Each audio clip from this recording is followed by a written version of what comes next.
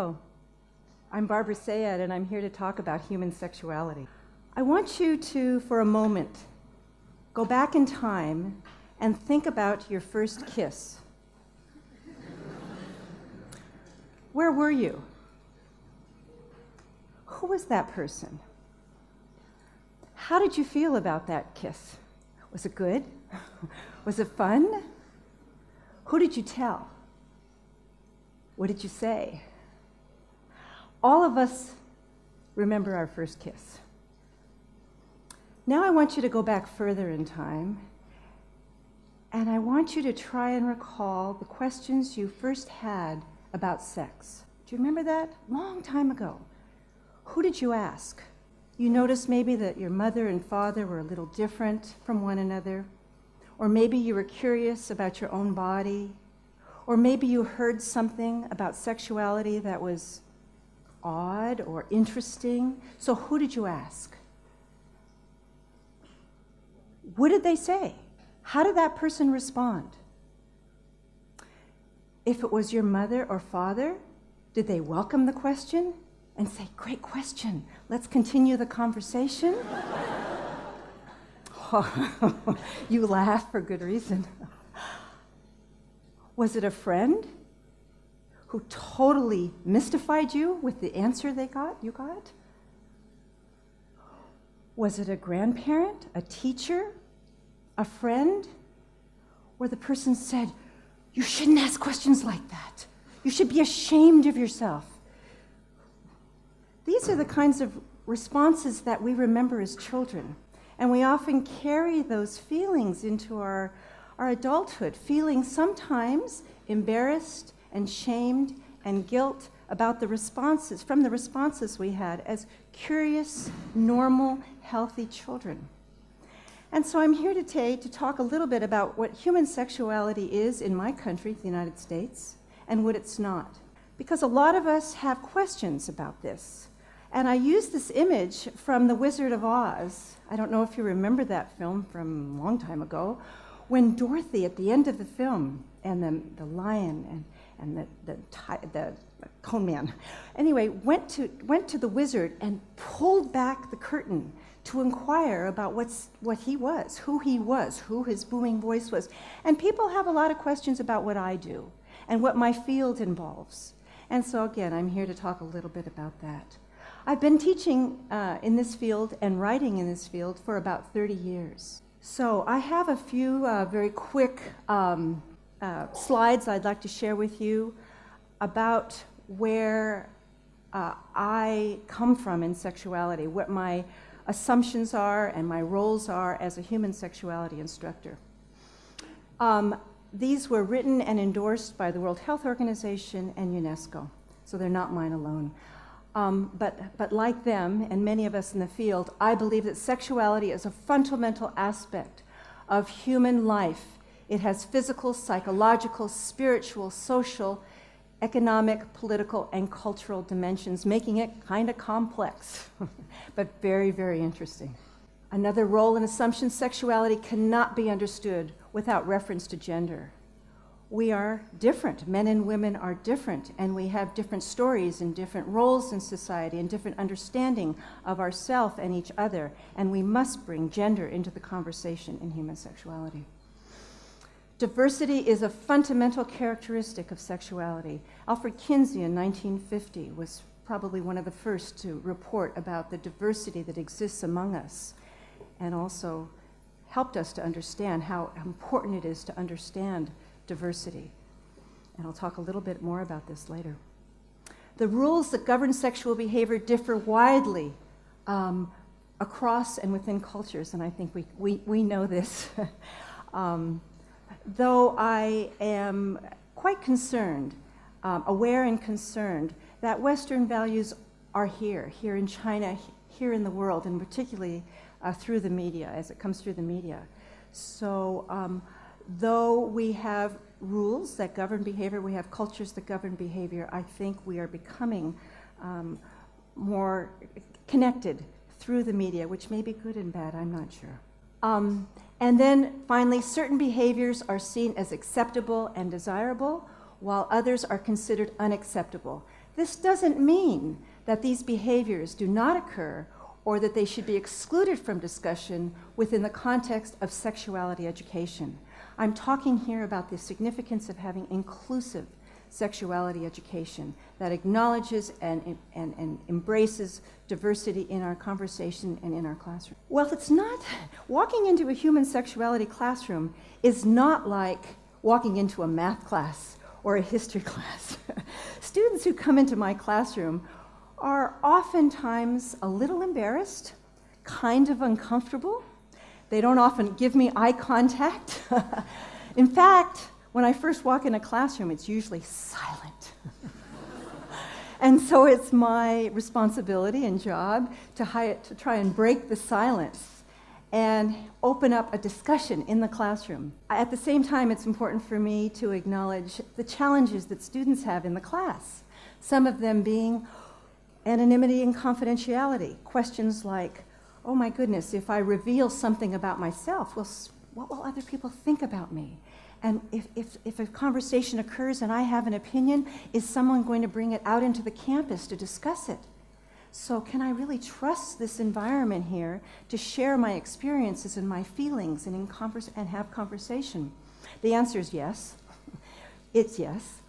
With boundaries in a classroom and an oath of confidentiality and anonymity, which must be initiated and supported by the instructor, yes. Feelings of ambiguity or uncertainty around certain topics. Well, it's easy to talk about anatomy and physiology. I call it the plumbing of human sexuality. But when we talk about topics that are maybe unfamiliar to us, some of us feel uncomfortable, to say the least, or maybe feel that it's inappropriate to talk about variety. I can use lots of examples here, but I won't. A wish for socially desirable responses. In other words, everybody wants to hear that marriage is a good thing. Of course, I don't think too much about sexuality, right? Not me. They might, not me. We want to be accepted in our classrooms. So I have to be aware sometimes of this and introduce topics that students might not otherwise want to talk about. And push the boundaries in my classroom so that students feel comfortable talking about these maybe topics that aren't so comfortable in their communities, in their dorms. Some students feel fear, ridicule, or embarrassment from class members. This is true of both men and women. We all think we should know everything there is to know about sex, right? So we can't ask difficult questions because we don't want to appear as if we're unknowledgeable or stupid or inexperienced. Oh my gosh, not inexperienced. So one way to get around this is for me to ask students to write anonymous questions and respond to them. Another way I do this is ask students to use clickers like this, where I ask questions, or better yet, they ask questions, and anonymously they can use remote devices that gives instant feedback to show the class in a pie chart or a bar graph the class responses.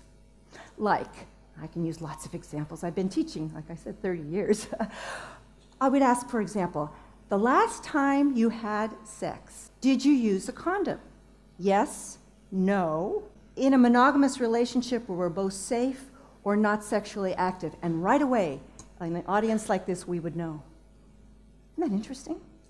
So we start to dissolve maybe some of the fear, the ridicule, the embarrassment, because we can see how other people are thinking and behaving. One of the most common questions that students have when they come into human sexuality classrooms is the question, am I normal? Am I normal?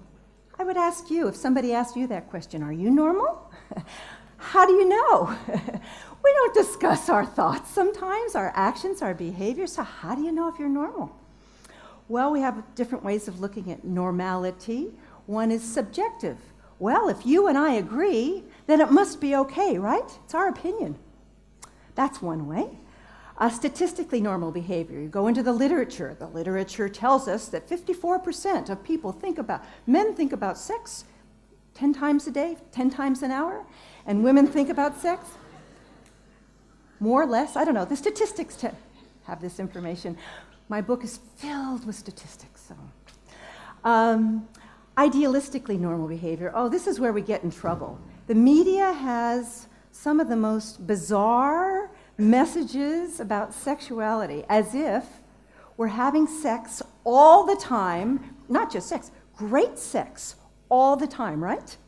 No problems, no need for condoms, no problem whatsoever. And this is idealistic. So what happens after a year, 2 years in the relationship when it's not so exciting? Where do you hear about that? We have ideals about how sex should be. Get into problems, get into dangers, have trouble with this. But some of us carry what we call idealistic normality in behaviors. Culturally normal behavior. Very important to acknowledge culture in my classroom and talk about that and explore that and challenge our culture. And then hopefully leave with embracing what we know and what is appropriate for us as it relates to culture. Clinically normal behavior. In the United States and probably many countries, we like to it's called pathologize sexual behaviors. And certainly there's a place for that in human sexuality.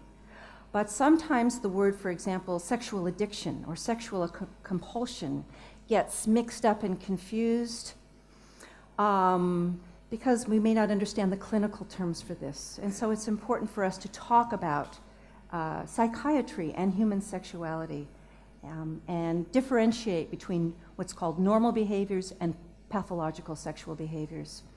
And many of the so-called normal behaviors are, or whatever's normal, are relationship enhanced. In other words, I may have an opinion about sexuality.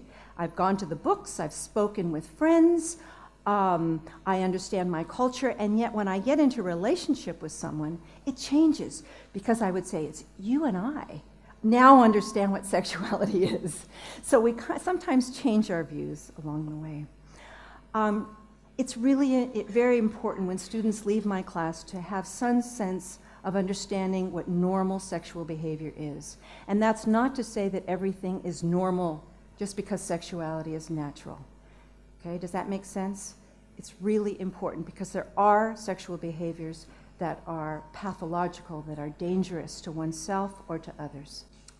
So the messages and learning we have in sexuality are very mixed, which is the final part here.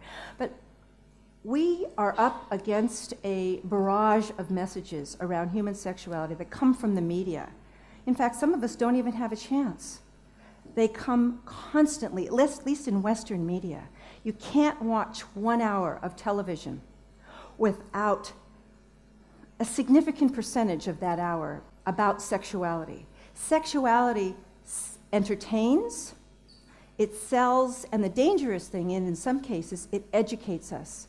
So our values, many of our values, come from the media. And unfortunately, many of those values are good, and some are good, but many are perverted, and many are unrealistic. We've got to be aware of the messages that media is sending to us and be able to decipher those that are true to us and our culture and our personal selves and our society, and that which is meant to sell.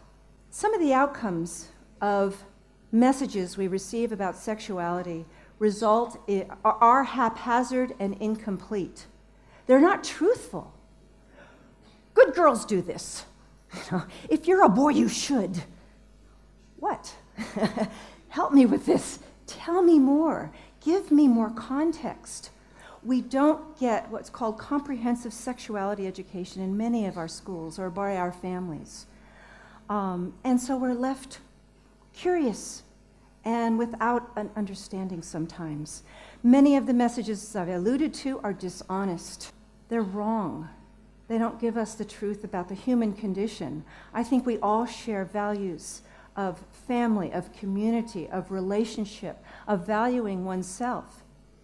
And yet I don't think that media reinforces that. As I said a little bit earlier, many of the messages from the media are unrealistic and unreliable. We need sexuality education to help inform us. And they're mixed.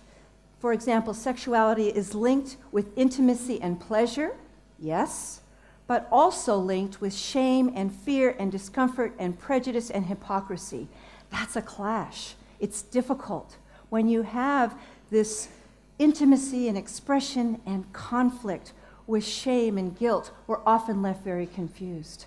The messages in the media often do not embrace diversity in the meanings and expressions of sexuality. In our country, many times we talk about heterosexual as normative behaviors, and we forget about sexual minorities. We forget about older people. We forget about those with disabilities. We forget about the significance of race and class and how it plays out in sexuality. So embracing diversity is an extremely important part in teaching and understanding sexuality. Some of the negative outcomes of learning in our society, again, I only know the American society, are what's called erotophobia, negative emotional reactions to sex. So if someone starts to talk about sex, we tighten up, we fear, we walk away, we look down. It's a fear, a pervasive fear of sexuality. Limited sexual scripts. A woman is, this is how she should behave. We don't explore and push the boundaries of who we are as men and women. Narrow definition of what behaviors are defined as having had sex. There are many ways to be sexual in our world, and it's not just through intercourse. Narrow definition of what is normal. I've talked a little bit about that. In a human sexuality class, one that is comprehensive, you'd push the boundaries of what is normal and then be able to integrate that which is appropriate for you. And it's based on biases, opinions, and prejudices. Not very well, are we, if these are some of the negative outcomes of sexual learning in our society. We have a lot of work to do, we as individuals and we as families and communities. We need to provide training for teachers and help to support staff. This is extremely important globally. We need to advocate, adopt, implement comprehensive sexuality education policies that address sexual orientation and gender identity and gender expression.